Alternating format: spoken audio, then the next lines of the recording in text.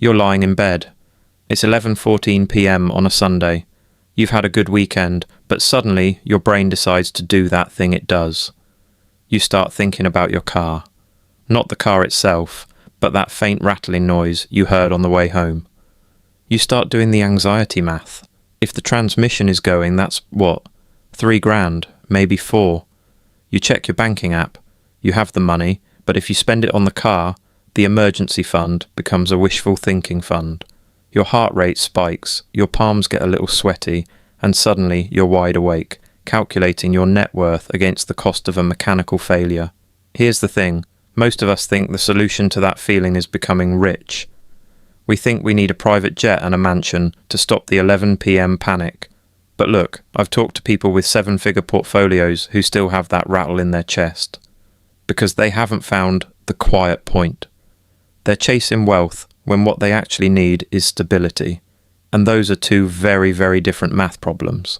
My name is Prime, and I spend way too much time thinking about the invisible threshold where money stops being a source of terror and starts being a tool for peace. If you're someone who feels like you're doing everything right, saving, investing, working hard, but you still feel like one bad Tuesday could ruin your life, make sure to hit that subscribe button and give this video a thumbs up if this helps you out. Because today, we're going to find your quiet point. We're moving past the Lambos and luxury fluff and looking at the exact dollar amount where financial anxiety quietly disappears. The rich delusion. Let's challenge a common assumption right out of the gate. We are told that more equals less stress. Actually, often more just means different stress. Here's what most people don't realize. Financial anxiety isn't a symptom of having too little money. It's a symptom of low margin. If you make $250,000 a year, which puts you in the top 5% of earners, but your needs, the mortgage, the private school, the leased BMW, cost $19,000 a month, your margin is razor thin. You are one corporate restructuring away from a total collapse. A study by Lending Club recently found that roughly 50% of people earning over $100,000 a year are still living paycheck to paycheck. Think about that. You're making 6 figures, you've arrived, and you're still sweating at the grocery store checkout. This is where it gets really interesting. Stability isn't a number in your bank account. It's the ratio between your burn rate and your liquid floor. The math of the liquid floor. Now you might be thinking, Prime, I've heard of an emergency fund. I have $1,000 in a savings account. I'm good, right? Look, I'm going to be blunt. $1,000 is not an emergency fund. In 2026, $1,000 is a minor inconvenience fund. It covers a flat tire or a broken microwave. It does not cover the disappearance of anxiety. To find the quiet point, we need to calculate your liquid floor. The liquid floor is the amount of cash you can access in 24 hours that allows you to maintain your current lifestyle for 6 months with zero income. Let's do the real math. Rent/mortgage, $2,200. Food/utilities/insurance, $1,200. Debt minimums, $400. Total monthly burn, $3,800. To hit the quiet point, you don't need $1 million. You need $22,800, $3,800 times 6. When you have that $22,800 sitting in a boring high-yield savings account, something chemical happens in your brain. You stop viewing your boss as a master and start viewing them as a client. If they fire you, fine. You have 180 days to find a new client. That is the moment the check engine light in your soul turns off. The FU threshold, the psychology of choice. This is where we transition from the math to the psychology. Most people are familiar with FU money. Usually we think that means $10 million and a yacht. But there's a much smaller, more powerful version I call micro-choice wealth. It's the $5,000 to $10,000 range. Here's a story.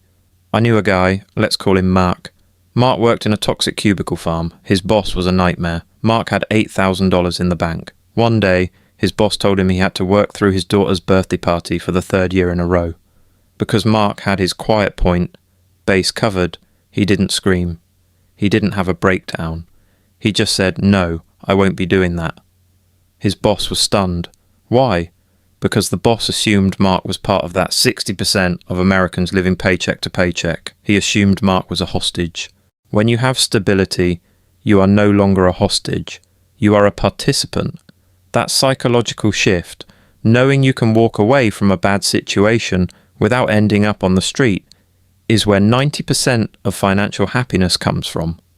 The danger of lifestyle leakage. But here is the trap. This is what keeps people in a state of permanent anxiety.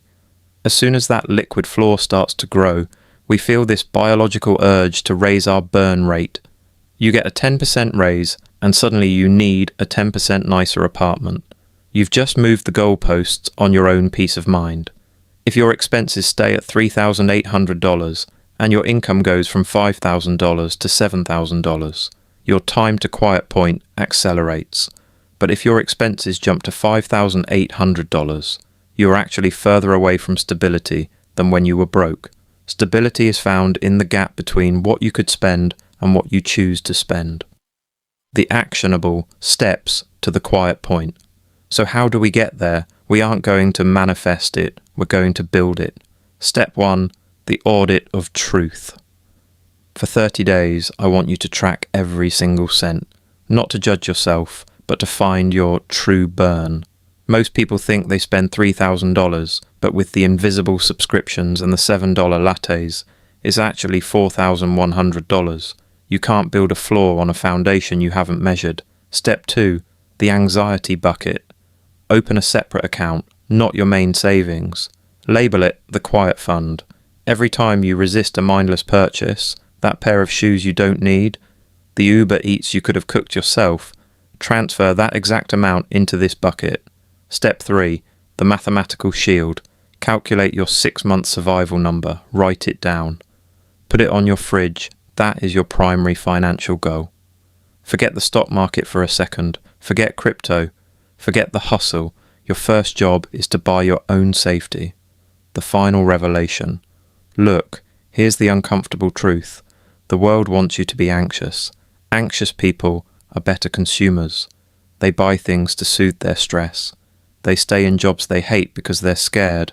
But when you hit that quiet point, when you realize that stable is actually richer than opulent, the game changes. You start sleeping better. Your relationships improve because you aren't snapping at your partner over the grocery bill. You start taking bigger, smarter risks in your career because you aren't playing not to lose, you're playing to win. Wealth isn't about the receipt, it's about the silence. It's about lying in bed at 11 p.m, hearing a noise from your car and thinking, I'll get that fixed tomorrow, it's fine. If you're ready to stop chasing the rich delusion and start building the quiet point, do me a favour, comment stability first below. It lets me know you're serious. I'm Prime. Thanks for watching. Now, go build your floor, and I'll see you in the next one.